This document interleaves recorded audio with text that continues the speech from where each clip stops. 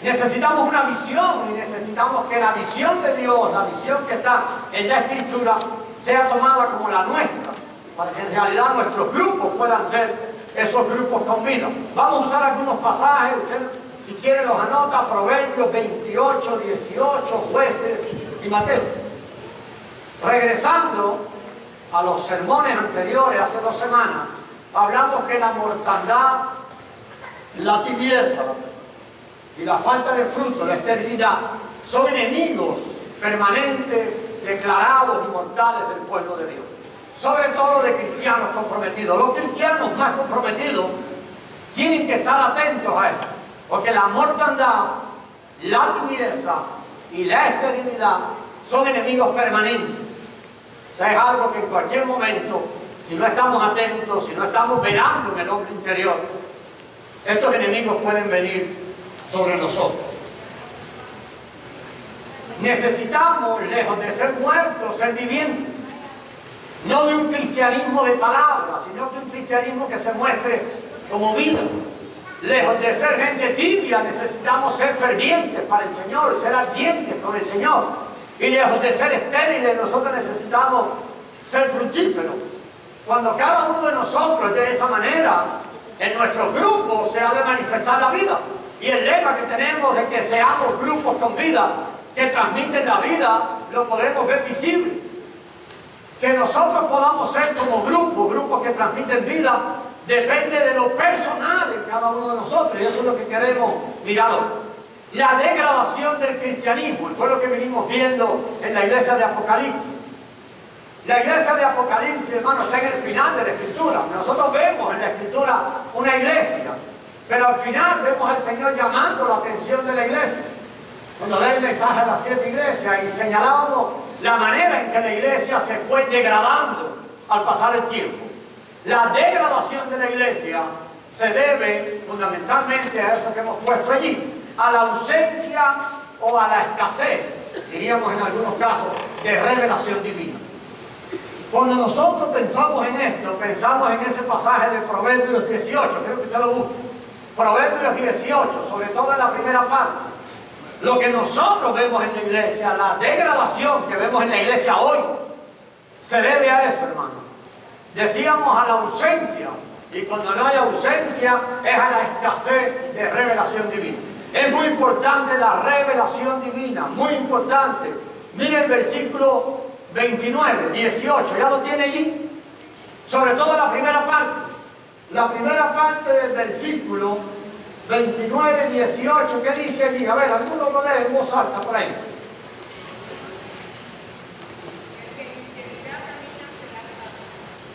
¿Seguro que lo tiene ahí? 29, 18. A ver. Sin profecía, el pueblo se desenfrena. Vamos a pensar en esa primera parte. Sin profecía. Yo estuve consultando en algunas otras versiones de la Escritura. Vengo allí, como lo dice. La versión de Reina y Valera dice: sin profecía, el pueblo se desenfrena. Lo que nosotros vemos en la iglesia de nuevo. Lo que nosotros, y cuando pensamos en la iglesia, hermano, déjenme decirles lo que vemos. Lo que vemos en cristianos individuales. Lo que nosotros vemos en la iglesia es lo que se ve en cristianos individuales. A veces nosotros nos referimos a la iglesia olvidando que cada uno de nosotros somos ¿qué? La iglesia. Entonces, sin profecía, el pueblo se desenfrena. Mire cómo lo dice otra versión. Otra versión dice: sin dirección del Señor. ¿Cómo trae el Señor dirección a la iglesia? A través de la profecía. El Señor trae dirección a la iglesia a través de los miembros de la iglesia, cuando los miembros de la iglesia deciden ejercer la profecía para la edificación del pueblo. ¿Por qué nos cuesta tanto trabajo profetizar en el nombre del Señor? ¿Por qué les invitamos cada semana a profetizar en el nombre del Señor y no oímos nada? Tenemos que acostumbrarnos. ¿Cómo edifica el Señor a la iglesia? La mayoría sabe lo que esperamos. Y que el pastor el domingo habla a la iglesia y el pastor edifica la iglesia. Pero no es el modelo bíblico.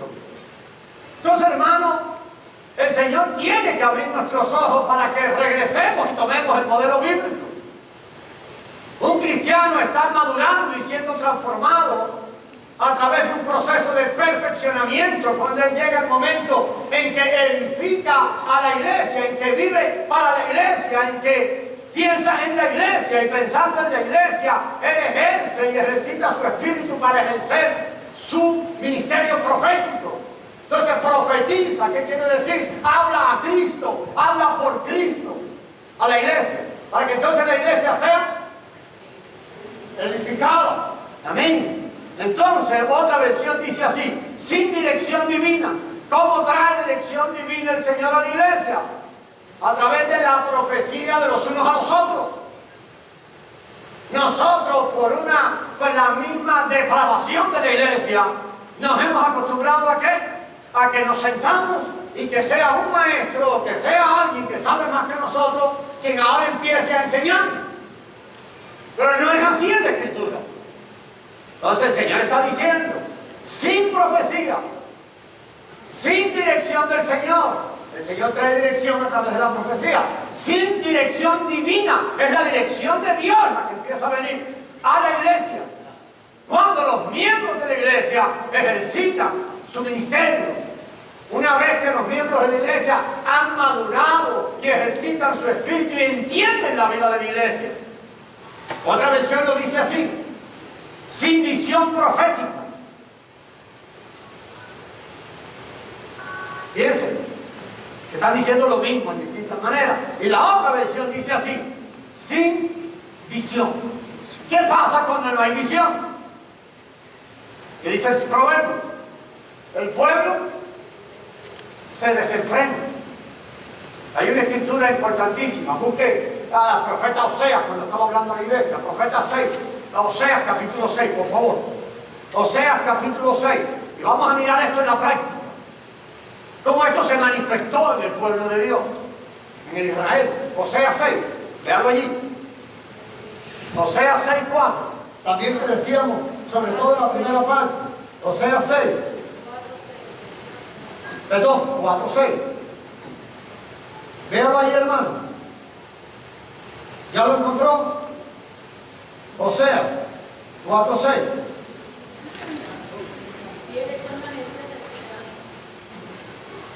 No. No en mi Biblia no dice eso. 4:6.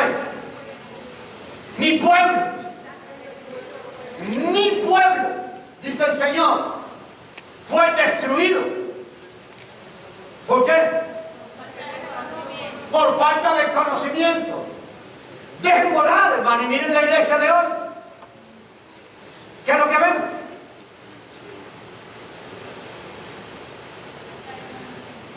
Ahora, cuando aquí hay conocimiento, no se refiere a intelecto, eso lo hemos repetido muchas veces.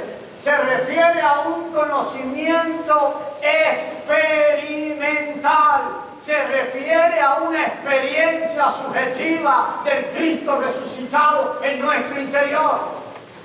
Si no hay revelación divina, si no hay visión, si no hay visión profética, ¿qué pasa con el pueblo? Lo vemos en el libro de Apocalipsis, la iglesia se fue degenerando y degenerando y degenerando. Y vemos cuando el Señor habla a la iglesia de Éfeso y le dice: ustedes han perdido su primer amor. Pero cuando llegamos al capítulo 3, el Señor hablando a la iglesia número 7, que es la iglesia de la Odisea, le dice allí: si alguno oye mi voz y abre la puerta. ¿Qué estaba diciendo el Señor? La iglesia de Éfeso, como la primera de las iglesias que marcan allí en degradación, empezó a abandonar al Señor y empezó a cambiar el primer amor por las cosas que hacía para el Señor. ¿Y dónde terminó la iglesia? Dejando al Señor afuera de la iglesia y el Señor llamando y diciendo: por favor, déjenme entrar a la iglesia. Y la iglesia estaba funcionando. Entonces, hermanos, tenemos que entender esto. En Oseas el Señor dice al pueblo: sin conocimiento mi pueblo fue destruido. ¿Por cuánto? Miren lo que dice allí, siga leyendo. Desechaste el conocimiento. Desechaste el conocimiento, yo te echaré del sacerdocio. Si la iglesia no regresa, amado hermano, y si no tomamos al Señor como una experiencia subjetiva y allí nos enfocamos, entonces el sacerdocio del Nuevo Testamento no será visible en la vida de los creyentes. Pero vamos a ver lo que sucedió. Por esto, vaya al libro de Jueces y busque allí. Jueces, capítulo 21. Creo que es el último de los libros, el último de los capítulos de Jueces. Y creo que es el último versículo. ¿Lo ven allí? Jueces 21, 25. ¿Qué pasó con aquella iglesia sin dirección del Señor? ¿Qué pasó con la iglesia sin visión? ¿Qué pasó con la iglesia que desechó el conocimiento de Dios? Dice que llegaron tiempos en que cada uno hacía.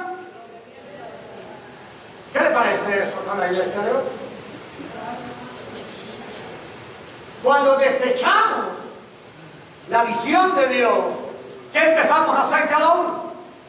A establecer nuestra propia visión de lo que creemos que es la iglesia. Y al final terminamos haciendo ¿qué cosa? Cada cual está haciendo lo que bien le parece. ¿Y el Señor de la iglesia dónde está? Fuera de la iglesia. Y el Señor de la iglesia llamando y diciendo: si alguno oye mi voz y abre la puerta, yo entraré y cenaré con él y él conmigo. Días pasados yo pasé por un lugar y hay una congregación que conozco hace muchos años, siempre paso, todas las semanas paso ahí. Y días atrás ellos hacían, los viernes hacen un servicio, hacen una reunión. Y la reunión era, por muchos años, fue un servicio de sanidad. Pero este año lo cambiaron. Este año la reunión era, traiga a sus animales. Como lo oyen. Sus perros, sus gatos, sus mascotas. Porque va a ser una noche de bendición de los peces. Entonces la iglesia, ¿qué anda haciendo? Cada cual lo que bien le parece. Las intenciones tal vez son buenas. Estoy seguro que si hablamos con aquellos hermanos, ¿cuál es la intención?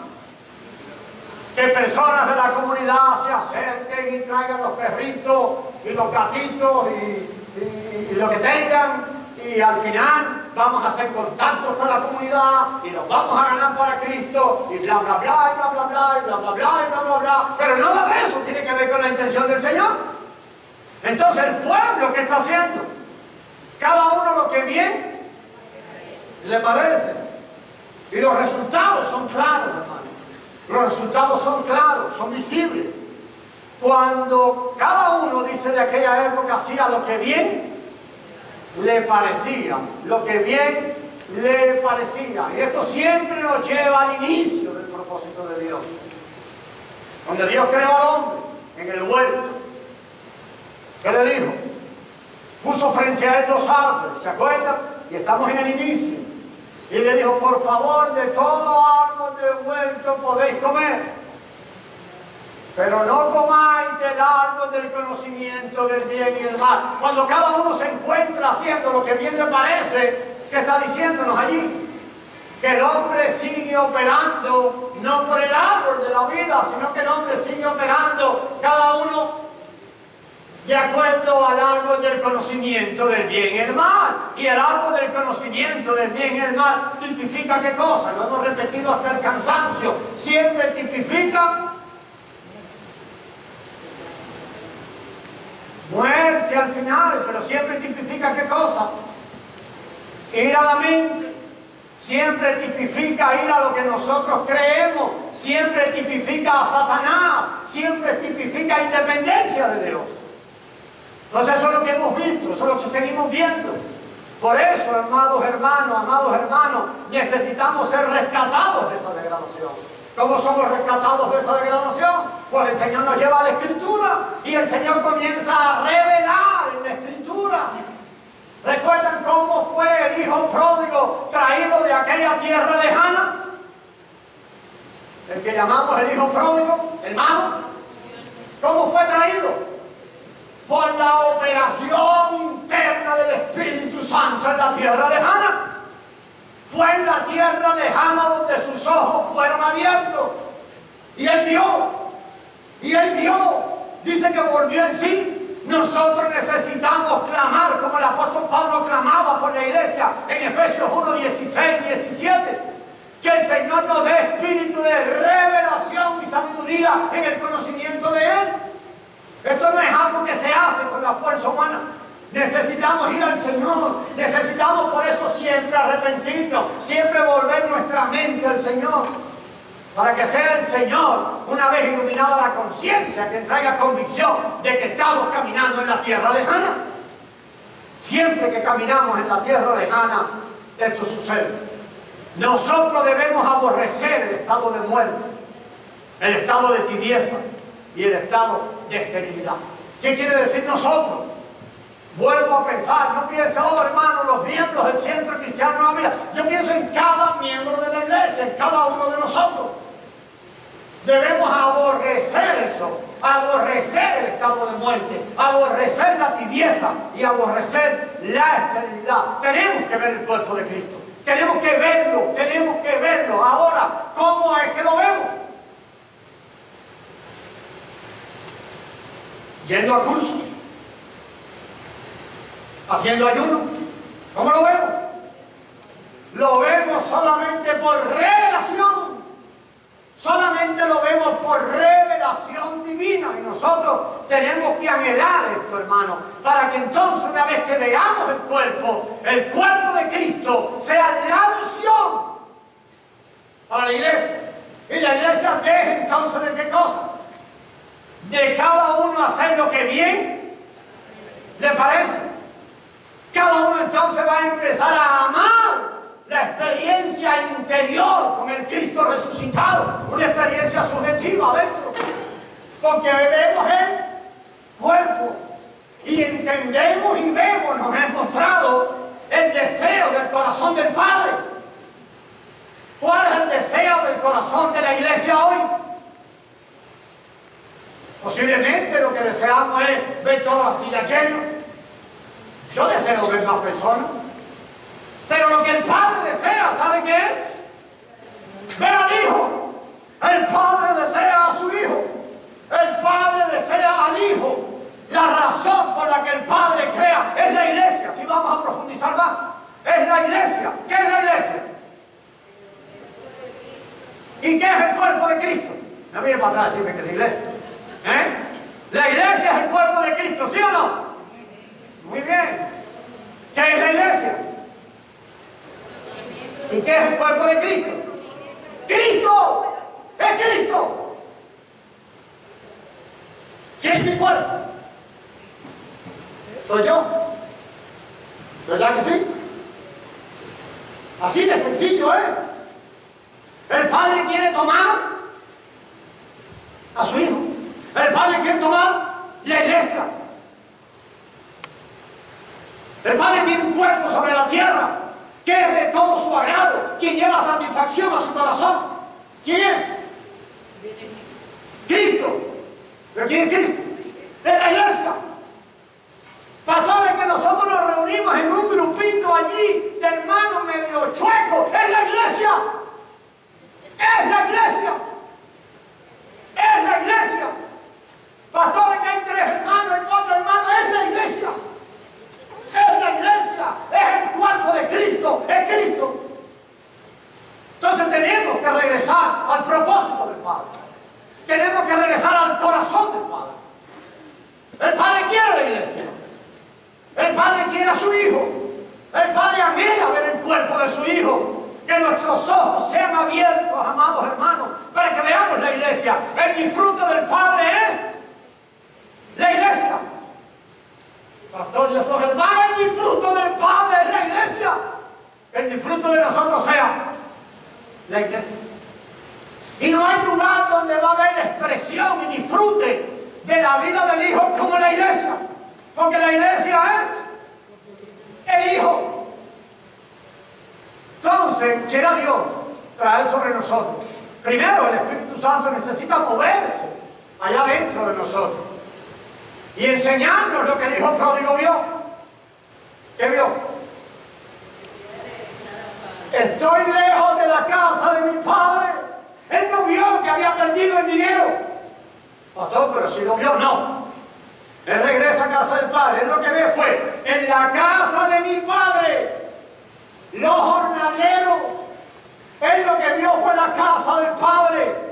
Para nosotros regresar y salir de la degradación de la iglesia, necesitamos entender que la iglesia está degradada, que yo mismo estoy degradado, que usted se ha alejado del propósito del Padre, que ha tomado, que nos hemos ido a tierra lejana. Y lo que llamamos iglesia, lo que estamos edificando, no se parece al Hijo. Amén. Gloria a Dios. Y así podemos llevar a cabo la práctica adecuada. Cuando pensemos en la iglesia, como lo que el Señor piensa que es la iglesia, cuando tomemos la visión de Dios, entonces cada grupo va a llevar a cabo. ¿Hay una práctica adecuada? Sí, hay una práctica adecuada en los grupos, pero cada uno nos vamos a ver ahora como ¿qué? Como la iglesia. Nos vamos a ver como ¿qué? Como el cuerpo de Cristo. Nos vamos a ver como un grupo que tiene vida y está ahí para transmitir la vida. La vida tiene que verse. La vida tiene que verse, tiene que ser revelada. La gente que entra en contacto con un miembro orgánico de Cristo, ¿qué tiene que experimentar? A Cristo, la vida de Cristo, amén. Entonces, hermano, la vida de la iglesia será establecida sobre un fundamento adecuado, sobre un fundamento que mostrará en la práctica, también se mostrará en la práctica adecuada. La iglesia hace cosas, sí, pero la hace pensando en ¿qué? En el propósito adecuado, el propósito del Padre, para que expresión de la vida. La otra semana, hace 3 semanas atrás, hablamos de 4 fundamentos. Mientras hacemos la práctica en los grupos, mientras vivimos la vida de la iglesia, hay un fundamento que cada miembro de la iglesia cumple y cada grupo cumple. ¿Cuál es? Predicamos el Evangelio. Amén. Lo predicamos. Lo predicamos. 4 fundamentos. Proveemos para esos que reciben el Evangelio. Pastoreamos a esos que reciben el Evangelio. Son niños, hay que ayudarlos, hay que proveerles. Amén. Pero le proveemos para llevarlos a la perfección. El apóstol Pablo decía, para encontrar perfecto a cada hombre en Cristo. ¿Dónde está la perfección? Cuando el hermano empieza a crecer a la plenitud del Hijo, y ahora el hermano perfecto se convierte en un instrumento de edificación. ¿De quién? De la iglesia, del cuerpo. Cada hermano, cuando empieza a funcionar en el cuerpo, en virtud del cuerpo, hermano, cuando veamos eso y usted recibe una palabra del Señor, usted no se quedará callado más. No se quedará callado, a no ser que sea el mismo Señor que le diga, cierra la boca, que quiero escuchar algo. Entonces la cierra. Pero estará ansioso. ¿Sabe qué? El Padre, el Espíritu viviente, ¿sí? El Padre que fue procesándose a convertirse en Espíritu viviente, dice el apóstol Pablo en primera de Corintios, capítulo 15, que el segundo Adán fue hecho Espíritu vivificante. Amén. ¿Cuál era la manera que el Padre tenía para meterse como vida dentro de nosotros? A través de convertirse en espíritu vivificante. ¿Estamos entendiendo? Ustedes solo entendemos, ¿verdad? Entonces ahora, el Padre, ¿qué quiere? Edificar su cuerpo, amén. Edificar su cuerpo. Entonces el espíritu vivificante que mora en nosotros, ¿qué quiere? Edificar el cuerpo. ¿Cómo lo hace? A través de los miembros, de los unos a los otros. Hace un rato leímos Colosenses 3. ¿Ustedes vieron allí cuántos unos a los otros hay? Hace un ratito lo leímos. Hasta lo cantamos. Toda la alabanza que cantamos hace un ratito tenía que ver con Colosenses 3. Y las cosas que suceden los unos a los otros. ¿Para qué es? Para que el cuerpo, ¿para qué es eso? Para que el el Hijo sea edificado, para que el Hijo pueda ser visto. Y el Hijo es la gloria del Padre. Lo que el Padre es intrínsecamente, ¿cómo lo sabemos? Por el Hijo. ¿Se acuerdan de Juan 14? Oh, Padre, Tomás, fue Tomás, quien le dijo a Jesús. Estoy casi seguro que fue Tomás, si no, usted me lo perdona, lo busqué. Jesús, muéstranos al Padre y nos basta. ¿Se acuerdan de qué? ¿Y qué dijo Tomás? ¿Qué dijo Jesús? Perdón. ¿Qué dijo Jesús? ¿Se acuerdan? ¿Cuánto tiempo llevo con ustedes? ¿Qué estaba diciendo Jesús? Yo soy el Padre. Yo soy. ¿Cuánto tiempo llevo y no me ven, no me conocen? ¿Qué te voy a mostrar? Yo soy. Lo vemos, hermano. Necesitamos que el Señor nos deje ver, que nos deje ver, que tenga misericordia de nosotros. Entonces ese hermano perfeccionado se convierte en un elemento que edifica el cuerpo. ¿A través de qué? De la profecía. Habla a Cristo. Deja que Cristo, que su vida fluya para edificar el cuerpo. Entonces la práctica adecuada pasa sobre esos 4 puntos. Predicamos a Cristo, amén. Proveemos para esos que aceptan el Evangelio, amén. Los pastoreamos. Los perfeccionamos, decía el apóstol Pablo en la iglesia de los Colosenses, capítulo 1, por ahí por el versículo 29, que la meta de su vida era presentar perfecto a cada hombre en Cristo. La mayoría de nosotros decimos, oh pastor, mira, ya presenté perfecto a alguien, mira, ya no se emborracha. El apóstol Pablo no estaba pensando en eso. Estaba pensando a alguien que ahora ha permitido que las inescrutables riquezas de Cristo abunden en él. Y las inescrutables riquezas de Cristo empiezan a fluir de él. Entonces Cristo puede fluir de esa persona cuando habla para edificación de la iglesia, del cuerpo, de su Hijo, del Hijo. Amén. Entonces, amados hermanos, esto debe ser para nosotros un asunto de vida o muerte. Nuestra oración es que esto nos desespere, que haya una desesperación espiritual en el pueblo de Cristo, para llegar a ser lo que el Padre planeó, el Eterno planeó. ¿Cómo se va a conocer Dios en Génesis 1 y 2? Como el Eterno, Elohim. Pero ¿cómo termina el Padre en 1 Corintios 15? Lo dijimos hace un rato, 45. Una vez se nos acuerda. Elohim, el Dios eterno, Génesis 1 y 2. ¿Cómo termina en 1 Corintios 15, 45? Búsquelo rápido, búsquelo, use su teléfono para ver. ¿Cómo termina?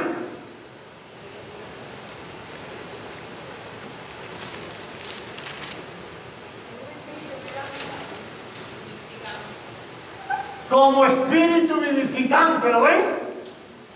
¿Para qué? Para producir la iglesia. Para producir la iglesia. La única manera que el Eterno tenía para mezclar su vida en la de nosotros. ¿Para qué? Para que la vida de Dios, la vida divina, pueda ser impartida. ¿Cuándo imparte la vida? Mientras Él viene como espíritu vivificante y se hace uno con nosotros. Amén. ¿Me estoy explicando, hermano? Que el Señor desespere en nuestros corazones. Pues 2 o 3 semanas vamos a trabajar sobre 7 puntos importantes. El primero, mírenlo ahí. La constitución del cuerpo de Cristo. Hace unas 5 o 6 semanas predicamos un poquito de eso, la constitución. Predicamos sobre aquel pasaje que el Señor dijo, yo edificaré mi iglesia. ¿Con qué edifica el Señor la iglesia? Con Él mismo, como elemento de vida en la iglesia. Hablamos que eso se llama la constitución.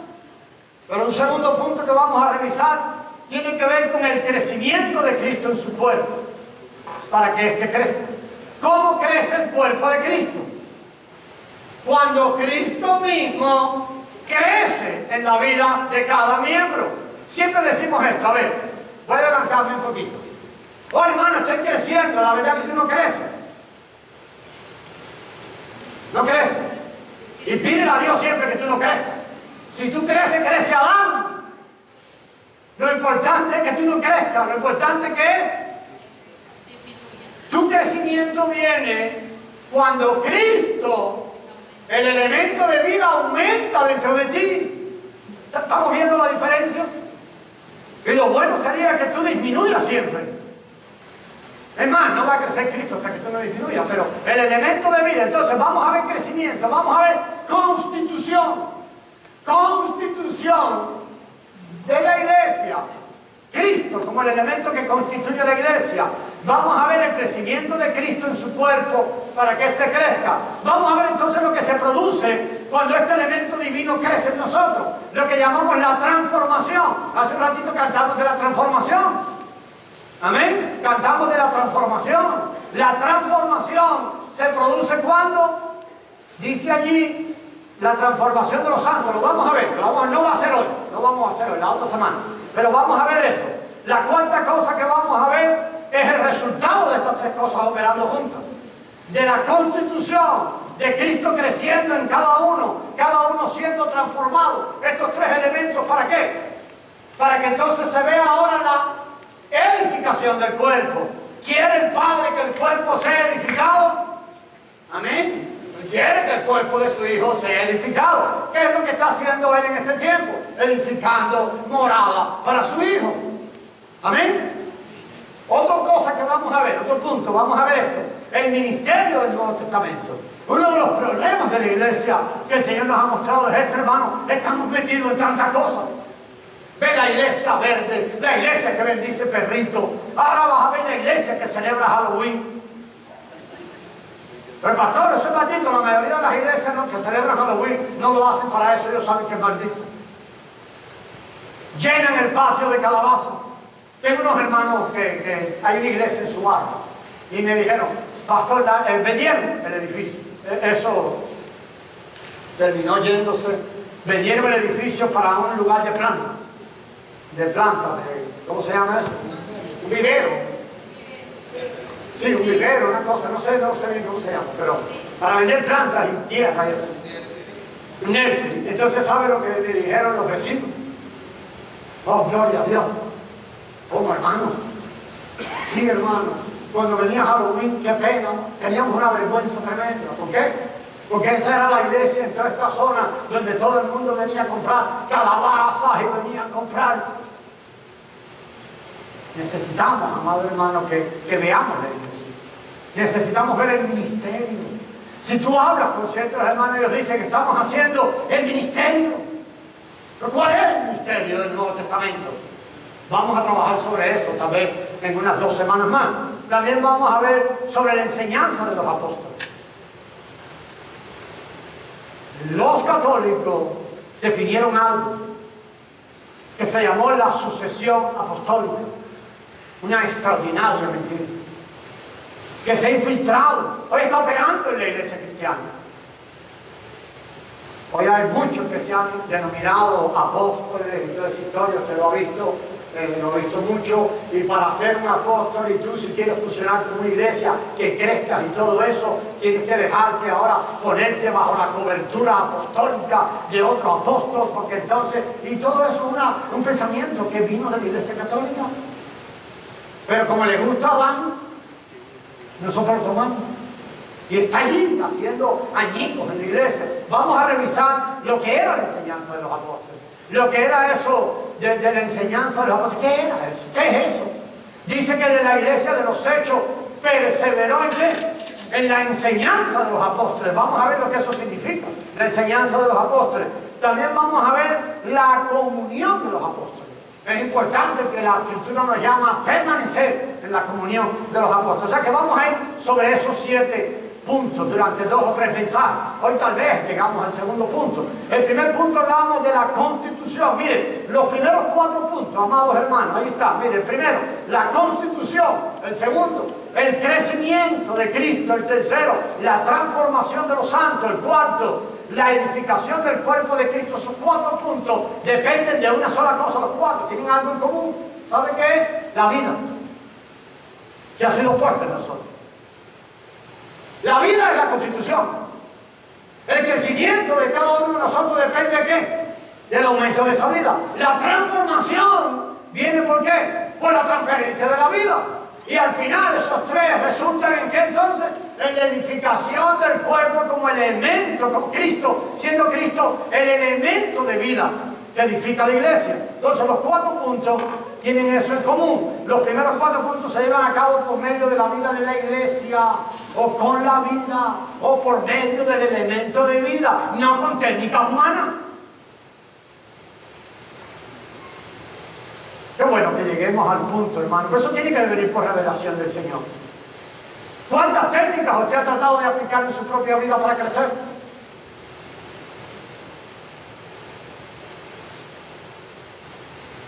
¿Cuántos de ustedes han establecido ayunos semanales en el pasado?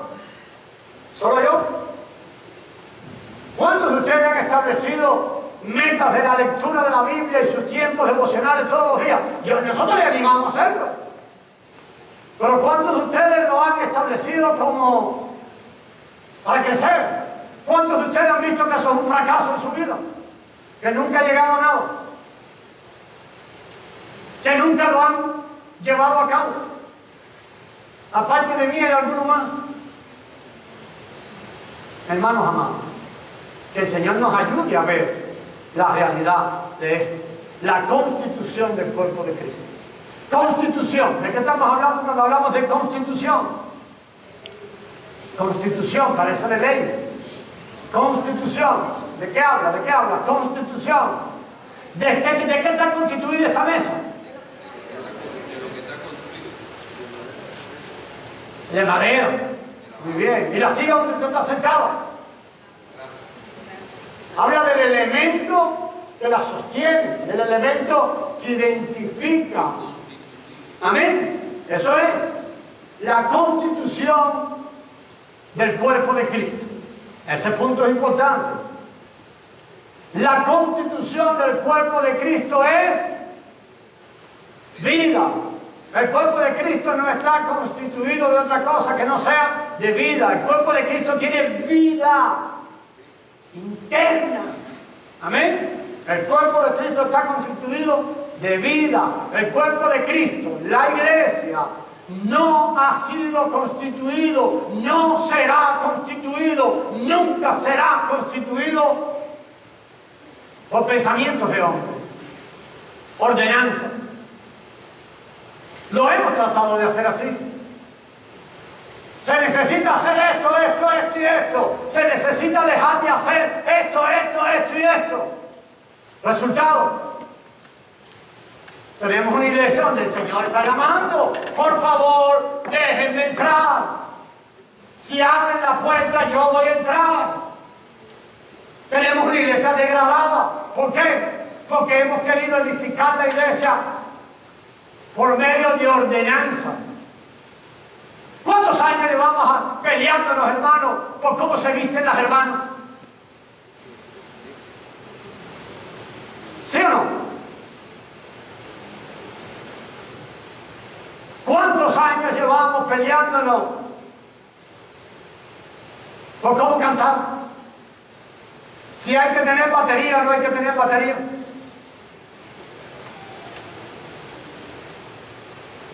Pensemos en eso.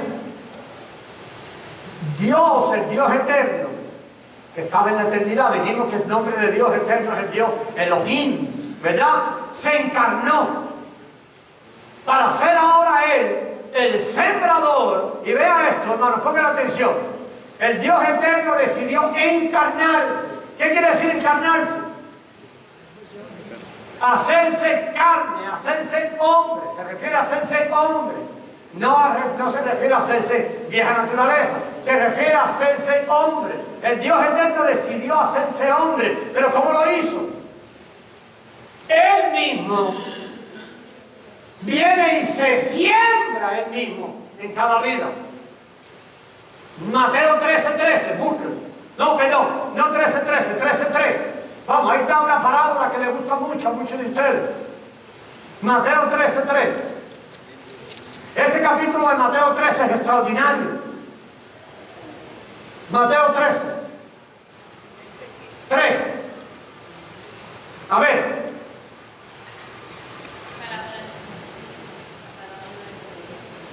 Mateo 13, ¿cómo dice? Y he aquí, ¿qué pasó? Y he aquí, ¿qué? El sembrador salió a sembrar. ¿Quién es el sembrador? Tendría que ir al 19, al versículo 19, creo que es el 19. ¿Qué dice el 19?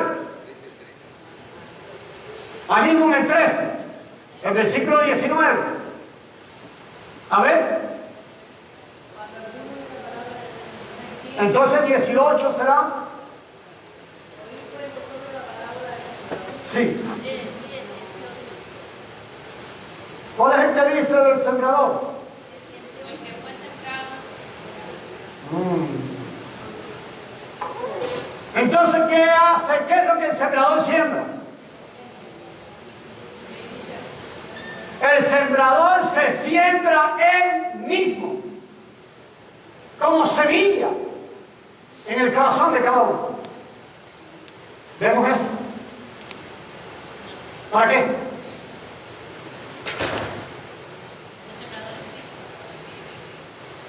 Pero él mismo se siembra para hacer nuestra vida. Él es espíritu vivificante, amén. La única manera que tiene de ser nuestra vida es sembrándose él mismo en nosotros.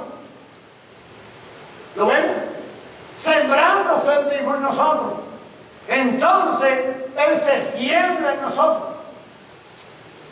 El sembrador se siembra él mismo como semilla en el corazón humano. Las otras 2 o 3 semanas atrás repasamos sobre Efesios 3. Y el apóstol Pablo decía en el capítulo 1, doy gracias a Dios que yo he sido escogido para anunciar el evangelio de las inescrutables riquezas de Cristo. ¿Se acuerdan de aquel? ¿Cómo son las inescrutables riquezas de Cristo? El Cristo quien viene sembrado en nosotros ahora. Este es el evangelio de las inescrutables riquezas que provienen ¿de quién? De la vida resucitada de Cristo que ha sido puesta en nosotros. Entonces ese Cristo allí sembrado en nosotros comienza a ser, dijo el apóstol Pablo, su hogar en nosotros. Amén. Muy bien, vamos a seguir aquí, vamos a seguir el orden. Mire ahí, Mateo 13. Ustedes están en Mateo 13, ¿verdad? Allí dice clarito, hermano, se nos muestra la forma en que el cuerpo de Cristo fue concebido. El sembrador salió a sembrar. ¿Qué salió a hacer el sembrador? ¿Para qué? ¿Para qué? Para obtener un cuerpo. Para obtener el cuerpo de su hijo. Vamos, que el sembrador salió a sembrar. Primer terreno, cayó la semilla junto al camino, no pasó nada. Segundo, toca tierra. ¿Qué pasó? Lo que había era piedra. Cuando vino lo que vino, ¿qué pasó? Nada. Tercero, espinos. Nosotros hemos visto eso. ¿Usted lo ha visto o no lo ha visto? Pero hay una semilla.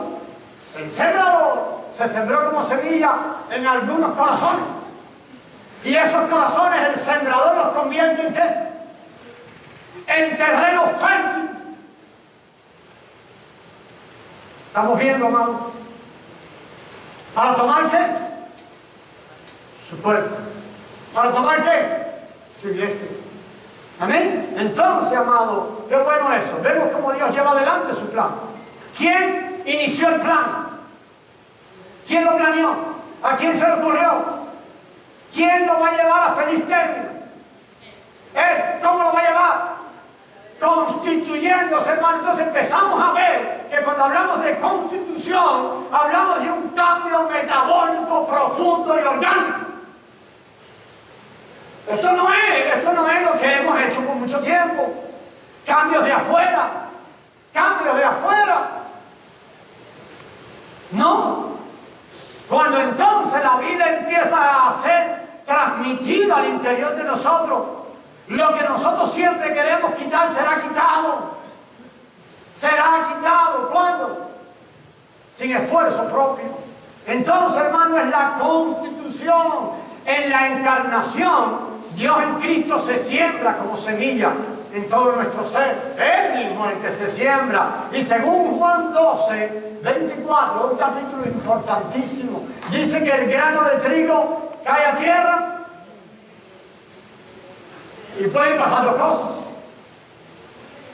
Si no se muere, si no se muere, no pasa nada. ¿Sí o no? Pero el grano de trigo, ¿qué pasó? ¿Qué tiene que pasar para que lleve mucho fruto? Tiene que morir. Y ahí hay una figura tremenda de Cristo. Y cuando el grano de trigo se muere, ¿qué dice Juan 12, 24? ¿Ya lo encontraron? ¿O no? ¿Qué dice? ¿Qué dice, amado? Vamos, vamos. Que si no se duermen, si no buscan ahí. Cuando el grano de trigo cae y se muere, si se muere, lleva mucho fruto. ¿Quiénes son los muchos frutos del grano de trigo que descendió del cielo y murió? ¿Quiénes son los muchos frutos? Tú eres mucho fruto, tú eres cada uno de nosotros, que juntos formamos ¿qué? La iglesia, ¿qué es qué? ¿Qué es qué más? Cristo. Entonces, amados hermanos, todos los creyentes llegamos a ser los muchos granos que salieron ¿de dónde? De una sola semilla que cayó en tierra buena. Entonces, Él transforma. Ve, hermano, los muchos granos que son ahora. Esto es tremendamente importante. Póngame atención ahora. Los muchos granos que son. No somos la constitución de la iglesia. La iglesia no está constituida de creyentes. A ver, por muchos años hemos tenido, a veces manejamos este concepto. La iglesia es un grupo de creyentes. Hay una palabra en griego que se llama eclesía. Eclesía. ¿Qué es la eclesía? Entonces decimos los llamados afuera. Entonces empezamos a creer que la iglesia es un grupo de personas que el Señor saca del mundo para vivir para Él, y eso tiene parte de importancia o parte de verdad. Pero escuche, hermano, el constituyente de la iglesia no son los creyentes. ¿Quién es el constituyente de la iglesia? Es Cristo como vida, Cristo como elemento de vida, es el constituyente de la iglesia. No es los miembros de la iglesia, no son. Los miembros de la iglesia, ¿qué son? Los componentes de la iglesia. A ver. Los miembros de la iglesia somos ¿qué? Los componentes. La iglesia se compone ¿de qué? De miembros, amén. Pero, amados hermanos, la constitución de la iglesia, ¿quién es? Cristo mismo que se va vertiendo. Lo que constituye el cuerpo de Cristo es Cristo como vida. No los creyentes. ¡Ay, Dios, qué susto! Lo que constituye la iglesia, el cuerpo, es Cristo mismo como vida, no los creyentes. De nuevo, la iglesia no es un grupo de creyentes. ¿Saben por qué nos hemos peleado tanto? Porque no vemos eso. No vemos que la iglesia no es una agrupación de creyentes. La iglesia no es una agrupación de creyentes. El cuerpo de Cristo es una constitución cuyo elemento, como el elemento que constituye la iglesia, ¿quién es? Cristo mismo como vida. No son los miembros. No es aquel hermano. Vamos a mirar detrás del hermano. El constituyente es Cristo. Lo que constituye la iglesia es Cristo. Y de la manera entonces que el cambio metabólico vendrá en nosotros, ¿cuál es? En la medida en que el elemento de vida de Cristo es añadido. Y cada uno de nosotros entonces ve Hermano Ralph Neighbor, hace muchos años nos enseñó un coro. Hermana Chabela, arreglenlo, yo sé que ustedes lo arreglaron, cantémoslo. El hermano decía, el Cristo que vive en mí, en aquel coro, saluda al Cristo que vive en ti. Hermano Ralph, por 20 años yo lo he escuchado comenzar cada conferencia que comienza, cada vez que habla, hermano, él comienza hablando así, diciéndole, hermanos, el Cristo que vive en mí, saluda al Cristo que vive en ti. ¿Sabe qué, hermano? He visto tanta gente brava con él por eso. Porque si tú no ves el elemento que constituye la iglesia, dice ese tipo que elegir está diciendo. Pero vemos al Cristo como elemento constitutivo de la iglesia. El elemento que constituye la iglesia no son los componentes de la iglesia. Entonces tenemos que entrar en esto. ¿Por qué la iglesia pone a los componentes por encima de la constitución de la iglesia? ¿Cuándo nos hemos peleado siempre? ¿Buscando el beneficio de quién? De los componentes. ¿Por qué nos hemos peleado? Por las opiniones de los componentes. ¿Por qué nos hemos peleado? Por el conocimiento de los componentes. ¿Por qué nos hemos peleado? Por el enfoque de los componentes. Pero si en vez de poner la mirada en los componentes, ponemos la mirada en qué estamos constituidos, entonces tú ves en tu hermano un elemento que lo constituye a él. ¿Quién es? Pero es el mismo elemento que te constituye a ti. Entonces encontramos razón para amar al hermano de la misma manera que yo me amo. ¿Cómo yo pelearé por cómo cantamos? ¿O cómo pelearé por el color que se pinta un edificio o las sillas que vamos a comprar? Las tres cosas son elementos que yo me he peleado con creyentes. En el pasado, ya pedí perdón al Señor por eso. No, tenemos que ver el elemento que constituye la iglesia. Entonces vamos a entender la grandeza de la iglesia. Vamos a ver por qué el Padre, o el disfrute máximo del Padre, ¿quién es? La iglesia. Porque la iglesia es el cuerpo de su Hijo. La iglesia es Cristo. Entonces vamos a ver ahora que el disfrute máximo de nosotros, ¿cuál sería? ¿O cuál debe ser? La iglesia. No hay nada más maravilloso que la iglesia. No hay nada más maravilloso que la iglesia. Pero no es así como la miramos. No es así como la mayoría de la iglesia mira la iglesia. Y como no hay tiempo para más, bueno, ya termino aquí. Nuestro cuerpo no es una composición, sino una constitución. Miren, ¿cómo que sabemos que esta mesa solamente es un cuerpo sin vida? Ven y tóquela. ¿Usted ha tocado un muerto alguna vez? Bueno, cuando tengo oportunidad toque uno. Ay, pastor, no, que me vuelvo inmundo. Bueno, eso era en el Antiguo Testamento. La mortandad que nos vuelve inmundo es la de adentro. ¿Sabe qué, amado? Usted sabe que algo falta ahí. ¿Qué pasó allí? La vida se fue. La vida se fue. Entonces ahora es muy difícil distinguir entre un cuerpo muerto y una mesa. Es la misma cosa. Entonces, ¿qué pasaría? No somos los componentes de una organización, no somos, amados hermanos, sino que cada uno de nosotros, y aquí voy a terminar, es un miembro viviente y orgánico de Cristo. Tu hermano que tienes al lado es un miembro viviente de Cristo. Es un miembro viviente de Cristo. Pero pastor, es que el hermano habla acá y tú no de lo tuyo, tú eres también un miembro viviente de Cristo. Entonces ahora vas a pensar cómo yo me refiero a mi hermano. Porque cuando yo me refiero a mi hermano de manera equivocada, me estoy refiriendo ¿a quién? De un miembro viviente de Cristo. De un miembro viviente de Cristo. Ese hermano y nosotros, cada miembro, hemos llegado a constituir el cuerpo de Cristo una vez que fuimos regenerados por el mismo Cristo. Él fue el que nos buscó. Amén. Él fue el que fue al hijo pródigo. La operación de otra manera de Dios, del Espíritu, operando en el hijo pródigo, ¿para qué? Para abrirle los ojos y que él pudiera ver la casa del Padre y pudiera ver su estado de perdición una vez que somos regenerados por el mismo Cristo. somos devueltos a casa.